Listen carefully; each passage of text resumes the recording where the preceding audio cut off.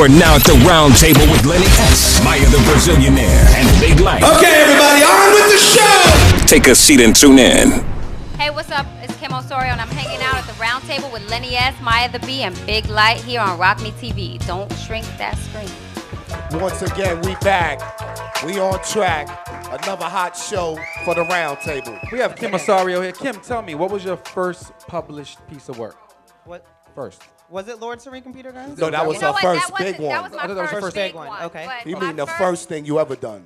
The first published work was probably a Junior Mafia album review. Really? For a newspaper in Brooklyn. What'd you review? I mean, what did you give them? Like a bad, good, No, so-so? it was a good review. Good? Yeah, it was Like a the good album? review. From what I can remember. But as a critic, I think, and especially back then, you always had to kind of balance it out. So you say the good and you say the bad. Right. Because there was a time where rappers was really trying to go at writers for like bad reviews, which was Yeah, nuts. like Oh, there was a punching lot of people stuff in the going on in the face and 90s all like of that. Yeah. It's crazy. Yeah. Oh, we're gonna get all into that stuff. But I just want to know, what is your most memorable interview so far that you've had? I have had a lot, but I think for me, it's about the artist that I came up on. Right. So I remember one issue, I definitely, I was the editor, I was really busy, but I had to do the KRS-One interview. Right. Because I grew up on KRS-One, and he was like one of my favorite MCs. So I think that was one of the most memorable. What was your worst interview? You was going to go there, right? Oh, there. Oh, wow, that's a really hard question.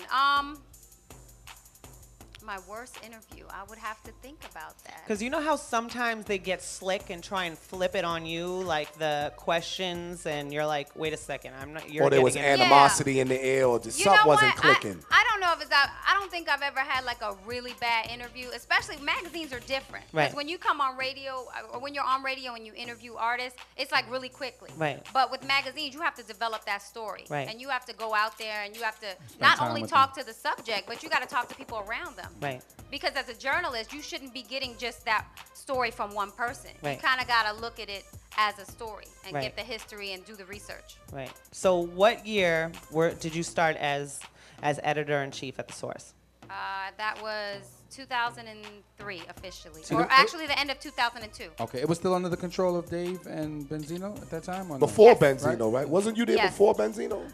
I don't think there was No, there was ever never It a was before. before. Benzino. They started they it, created yeah. it. Yeah, I don't Yes. think there was ever Benzino was a there time. from the beginning? Yeah, he owns that. But he was He quiet in owned the it. beginning I because think, I'm yeah. telling you, in the beginning, I used to go up there. So you was didn't Suge see Knight. I him? never Yeah. seen him. So did Suge Knight, yeah. Yeah, we was up They there. always you know, quiet in the A lot of beginning. people went up to The Source offices. Because they used to sell our tapes in the magazine and advertise I our remember. mixtapes, our I T-shirts remember that. for free.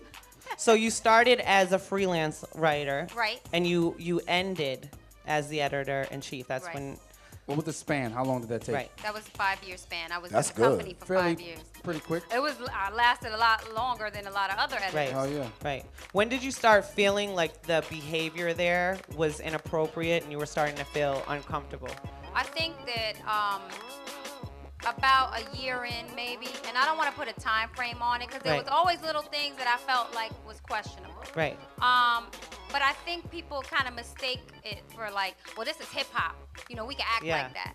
And to me, it's like, not really, because when you go to work, that's separate Right. from any type of thing that's going on in hip hop. Right. So I would say early on, but it really didn't start to impact until I became the editor-in-chief. Right.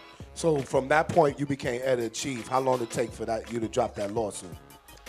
I actually filed the lawsuit after I was fired. I filed the lawsuit after I was Yes. fired. Yes. No, you know what else?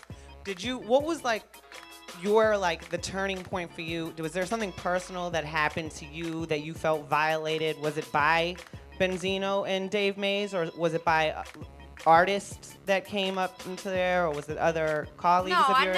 never felt like that amongst the staff. It was really about those two individuals that I Okay. had to report to. And when people control your job and they have that sort of control over you and that power, that's when you can feel pressured and feel like, okay, wait, this is Right. this is not right. Right. Because you know that they control, at the end of the day, they control your job. Right. So for me, it was definitely about them. Like what kind of And things? I think that in particular, Right. digging into my private life, questioning about like who I was dating, that sort of thing was like the catalyst where I was like, you cannot do this. You did not do this to other men, to male editors. Was there any sexual advances?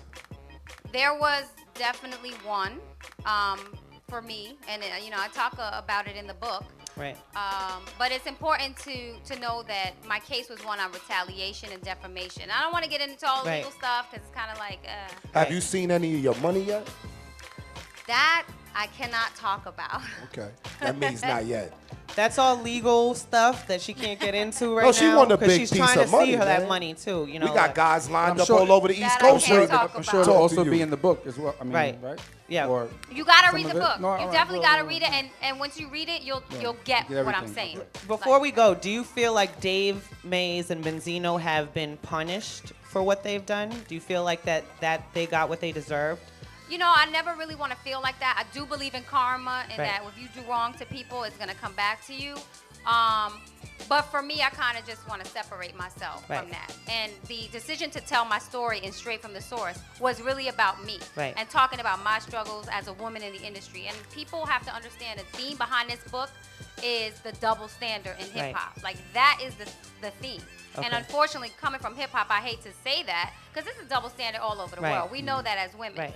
But in particular, it's just my story because I Right. work in hip hop and what Well, I on that note, we're going to pay some bills. Can't wait to hear we about got the the book. great Kim Osorio in the building, Miss Yes. Sauce. We are the Roundtable. Don't shrink that screen.